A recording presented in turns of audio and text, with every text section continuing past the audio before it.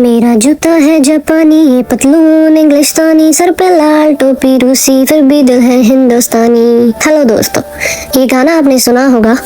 इसमें काम किया है हिंदी सिनेमा के द ग्रेटेस्ट शोमैन ने। का नाम रणबीर राज कपूर था, लेकिन बाद में उन्हें लोग प्यार से राज कपूर कहने लगे। 14 दिसंबर 1924 में पेशावर में पठानी हिंदू परिवार में राज कपूर का जन्म हुआ। पृथ्वीराज कपूर ने उनका नाम रणवीर राज कपूर रखा था। उस वक्त के मशहूर एक्टर पृथ्वीराज कपूर और मां रामसरनी देवी कपूर के 6 बच्चों में राज कपूर सबसे बड़े थे। इनके 2 भाइयों की बचपन में ही मौत हो गई और सिर्फ 4 बच्चे राज कपूर, शमी कपूर, शशि कपूर और बहन उर्मिला ही बचे। साल 1929 में पृथ्वीराज कपूर पेशावर छोड़कर मुंबई चले गए। साथ में राज कपूर भी गए। पृथ्वीराज कपूर असूलों के पक्के थे और उन्होंने अपने बेटे को पहले ही कह दिया था कि अगर कड़ी मेहनत करोगे तो सफलता का हर मुकाम हासिल करोगे। बेटे राज कपूर ने अपने पिता की दी हुई इस सीख को हमेशा याद रखा। महज 10 साल की उम्र में साल 1935 में उन्होंने फिल्म इनकलाब से फिल्मी दुनिया में कदम रखा। इसके बाद उन्हें मौका मिला उस वक्त के मशहूर डायरेक्टर केदार शर्मा के साथ काम करने का, जिनके साथ उन्होंने एक क्लैपर बॉय का काम किया और एक्टिंग की बारीकियों को समझा। कहते हैं कि एक बार शॉट की शुरुआत में उन्होंने इतनी जोर से क्लैप किया कि एक्टर की दाढ़ी उसमें फंस के बाहर आ गई और गुस्से में केदार शर्मा ने उन्हें बहुत जोर का तमाचा जड़ दिया, जिसका बाद में उन्हें अफसोस भी हुआ। लेकिन वो केदार शर्मा ही थे जिन्होंने राज कपूर के अंदर छुपे टैलेंट को पहचाना और उन्हें मौका दिया उस वक्त की नामचीन एक्ट्रेस मधुबाला के साथ काम करने के लिए और दोनों को साइन किया फिल्म नीलकमल के लिए। 1947 में नीलकमल फिल्म में मधुबाला के साथ काम करने के बाद उन्हें यह एहसास हुआ कि वो खुद फिल्मों को प्रोड्यूस करना चाहते हैं। पहली फिल्म उन्होंने प्रोड्यूस की फिल्म आग। इस फिल्म की शूटिंग के लिए ही वो जगह ढूंढ रहे थे जब उनकी मुलाकात नरगिस से हुई। नरगिस की मां जद्दन बाई, जो कि फेमस स्टूडियो में शूटिंग कर रही थी, उनसे अपनी फिल्म आग के लिए शूटिंग की इजाजत मांगने गए राज कपूर की मुलाकात हुई नरगिस से। जद्दन बाई के घर से निकलकर राज कपूर सीधा गए आग फिल्म के राइटर इंदर राज आनंद के पास और उन्होंने उनसे कहा कि उन्हें अपनी फिल्म की हीरोइन मिल गई है और वो चाहते हैं कि नरगिस ही उनकी फिल्म में काम करे। राज कपूर से अपनी पहली मुलाकात का जिक्र करते हुए अपनी सहेली को नरगिस बताती हैं कि एक नीली आंखों वाला मोटा सा पिंकी घर आया था।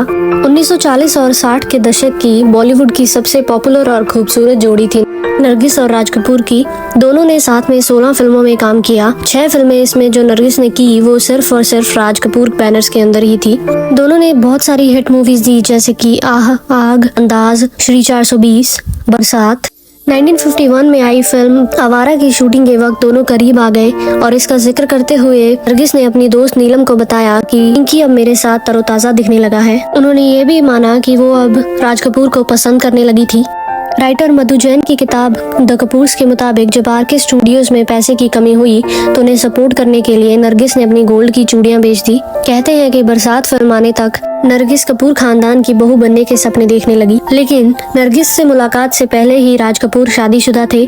साल 1946 में पृथ्वीराज कपूर ने राज कपूर की शादी अपने मामा की बेटी कृष्णा खन्ना से करवा दी, लेकिन राज कपूर ने नरगिस से इस बात को साफ कह दिया था कि वो अपनी पत्नी को कभी नहीं छोड़ेंगे और उनसे कभी शादी नहीं कर पाएंगे, जिसके चलते नरगिस ने उनके साथ काम करना बंद कर दिया और उन्होंने बाद में फिल्म की मदर इंडिया, जिसमें उनकी मुलाकात हुई सुनील दत्त से।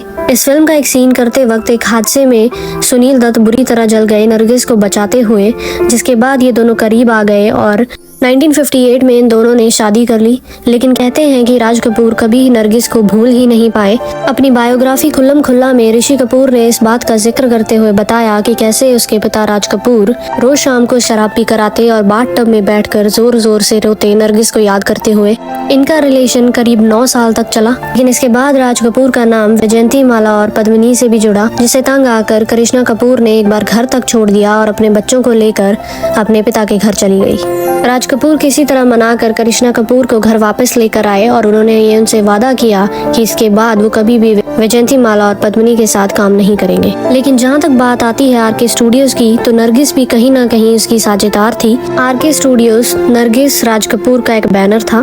राज कपूर ने प्रोडक्शन और डायरेक्शन करते हुए बहुत सारी फिल्में बनाई, लेकिन फिल्म मेरा नाम जोकर उनके दिल के सबसे करीब थी। फिल्म में दुनिया के बहुत सारे मशहूर सर्कस आर्टिस्ट ने काम किया, जो कि रशिया और चाइना से भी आए, क्योंकि राज कपूर को रशिया और चाइना में बहुत ज्यादा पसंद किया जाता था। उस वक्त तो फिल्म पर्दे पर असफल रही, लेकिन उसके बाद फिल्म को बहुत ज्यादा सराहना मिली। राज कपूर की एक्टिंग को बहुत ज्यादा अप्रिशिएट किया गया। अपनी फिल्मों में सॉन्ग्स के लिए उन्होंने अपनी खुद की एक म्यूजिक टीम बनाई। इस टीम ने 18 साल तक एक साथ काम किया। राज कपूर को म्यूजिक की अच्छी समझ थी। वो जानते थे कि लोगों को किस तरह के गाने पसंद आते हैं। यही वजह है कि उनके गानों को आज भी बहुत ज्यादा पसंद किया जाता है। अपनी कड़ी मेहनत और इंडियन सिनेमा को एक नए स्तर पर ले जाने की वजह से उन्हें बहुत सारे इंटरनेशनल और नेशनल अवार्ड्स भी मिले। कांस फिल्म फेस्टिवल में 2002 में उन्हें स्पेशल ट्रिब्यूट दिया गया। रशिया और नीदरलैंड्स में उनके नाम के फिल्म फेस्टिवल्स हुए। 1960 और 1962 में आई फिल्म अनाड़ी और जिस देश में गंगा बहती है के लिए उन्हें बेस्ट एक्टर का अवार्ड मिला। उन्हें पद्म भूषण से भी नवाजा गया। 1988 में उन्हें दादा साहेब फाल्के अवार्ड से सम्मानित किया जाना था। जब वो स्टेज पर अवार्ड लेने पहुंचे तो उन्हें अस्थमा अटैक आया, जिसकी वजह से 2 महीने बाद उनकी डेथ हो गई। इंडियन सिनेमा में राज कपूर की लेगेसी उनके तक ही सीमित नहीं रही। उनकी वजह से ही उनकी 4 पीढ़ियां आज तक फिल्मी दुनिया में सरगर्म हैं। राज कपूर एक महान फिल्मकार थे।